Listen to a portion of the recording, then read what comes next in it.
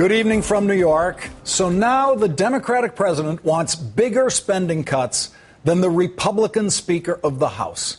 How could it possibly have come to this with a president who began the year with no plans to cut spending in order to raise the debt ceiling?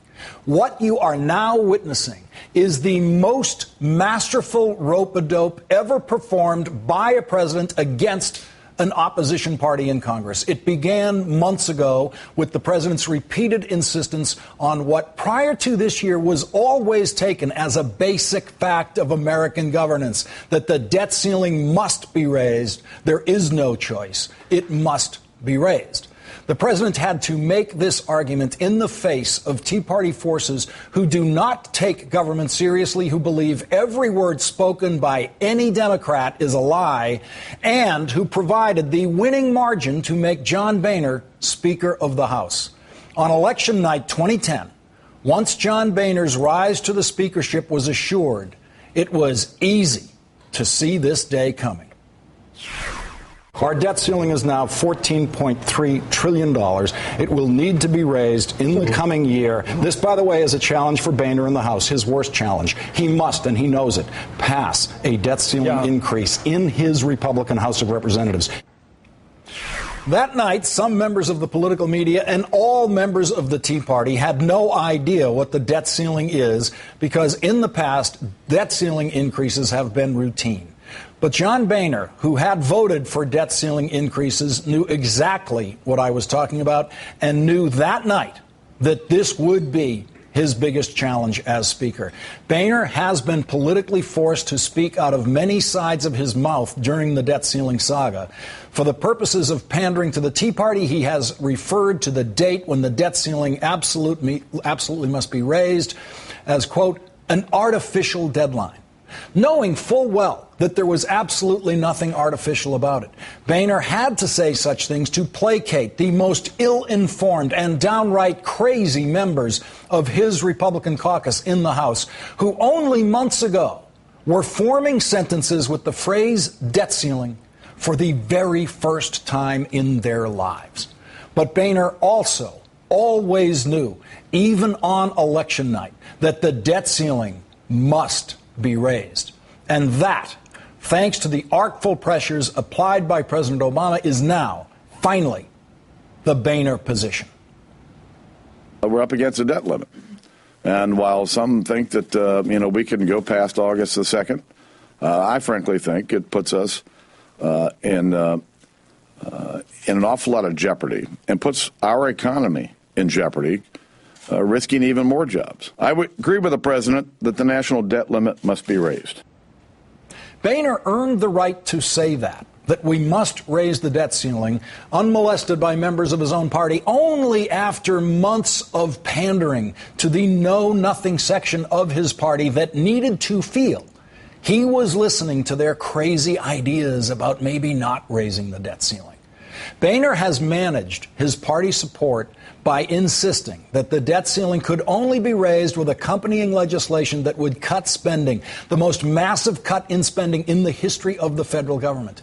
In the meantime, as Boehner was struggling with the realities of governing versus the delusions of the Tea Party, President Obama was, day by day, changing his negotiating position and changing it dramatically. As recently as the middle of April, the White House position was that there did not need to be any accompanying legislation involving spending cuts or anything else in order to raise the debt ceiling. The Obama administration wanted what they call a clean bill, a simple one-sentence bill that changes the number in the statutory debt ceiling. That is actually the most common way debt ceiling increases have been written in the past. All you need is one sentence and pass that bill. The White House's original position to Congress was the standard White House position on the debt ceiling: just shut up and raise it. And that is what Congress has actually always done. Joe Biden then led negotiations with House Republicans on how to find a compromise position on the White House position of doing nothing but raising the debt ceiling, and the Republicans' position of cutting $4 trillion in spending while raising the debt ceiling. Biden and Senate Democrats rope-a-dope the Republicans into weeks of discussions of trillions of dollars in spending cuts. In those discussions, the Democrats appeared increasingly willing to go along with trillions in spending cuts, possibly as much as $3 trillion. Then Biden and the president insisted that there be at least $1 trillion in tax revenue increases, and Republican Eric Cantor fell for the Obama ultimatum and walked out of the talks, doing exactly what the president wanted him to do, because Cantor was thereby proving to the country once again that President Obama was willing to be much more flexible and reasonable in his negotiations and compromises with Republicans than Republicans were willing to be with the president. Now, specific policy issues aside, President Obama has already won the public contest of who appears to be more reasonable, and he won that weeks ago. And the Republicans know that. Then the president was armed to play much tougher on his inside game, in the room, in the White House, face to face, eyeball to eyeball with John Boehner. The president has obviously now convinced Boehner that he is serious about the tax revenue, that he will absolutely not sign a deficit reduction package that does not include at least 1/4 of the savings coming from tax revenue. The president has obviously convinced Boehner that that is the only way they will get a $4 trillion deficit reduction package, the big target that Boehner set weeks ago. And so it is Boehner who is now giving up on the big package and saying maybe we should only try to get $2 trillion in deficit reduction. Maybe the deficit crisis isn't so bad. Now, the harder President Obama pushes publicly for the $4 trillion package, the more Boehner retreats from it. The president is finally capitalizing on a phenomenon that has been obvious from the start of his presidency. If he is in favor of something, then the Republicans are opposed. It's as simple as that. Here is the president embracing the Republicans' number. So now the Republicans must be against their own number. This is a work of strategic brilliance by the president. The president's negotiating position, and it's only a negotiating position, now is threefold. One, he wants a big deal, $4 trillion in budget deficit reduction. The second point, any deficit reduction package must include tax revenue increases. And third, the debt ceiling increase must be large enough to push our debt crisis forward to at least 2013 before we need the next increase in the debt ceiling. That, of course, is after the presidential election. The president made it clear today which one of those three negotiating positions is most important to him. I'm happy to consider all options, all alternatives that they're looking at. The things that I will not consider are a 30-day or a 60-day or a 90-day or 180-day temporary stopgap resolution to this problem. This is the United States of America, and we don't manage our affairs in 3-month increments.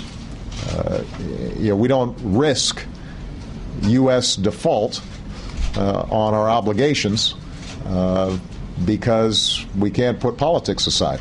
I will not sign a 30-day or a 60-day or a 90-day extension. That is just not an acceptable approach.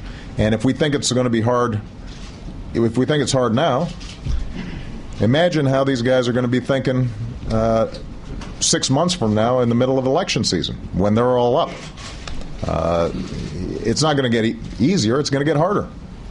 So we might as well do it now. Pull off the Band-Aid. Eat our peas. Now's the time to do it. If not now, when? Okay. So the only non-negotiable item in the president's negotiating position is the length of time the debt ceiling would be increased. The president wants the debt ceiling argument over this summer. He does not want to go into a presidential campaign with the debt ceiling argument still raging. That is the most important and the only non-negotiable item of the president's negotiating position. He is obviously willing to negotiate on the deficit reduction package, including all the way to the position of negotiating it away completely, since he started off with a negotiating position of not needing to do any deficit reduction while raising the debt ceiling. And he's obviously willing to negotiate other internal items within the spending cut package. What he seems close to achieving, if he hasn't already, is convincing John Boehner that he absolutely will not agree to a deficit reduction package that does not include tax revenue increases. Boehner has repeatedly stressed that it is impossible. It's impossible for him to agree to a deficit reduction package that does not include tax revenue increases because he doesn't have the votes for it. Here he is today. But the American people will not accept, and the House cannot pass, a bill that raises taxes on job creators. The House can only pass a debt limit bill that includes spending cuts larger than the hike in the debt limit, as well as real restraints on future spending.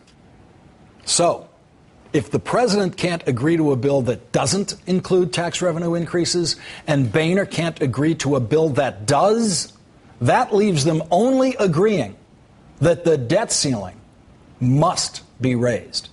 And since the president has successfully and accurately portrayed a failure to raise the debt ceiling as the result of nothing but unreasonable Republican intransigence, Boehner has to consider the political cost to his party, the devastating cost that his party would be blamed for the economic catastrophe that would strike this country if the Treasury fails to meet its debts. But as we enter the final act of this drama, the game gets trickier every day. Now, the man who has done more to warn the country against the perils of default today is saying this. I will not sign a 30-day or a 60-day or a 90-day extension.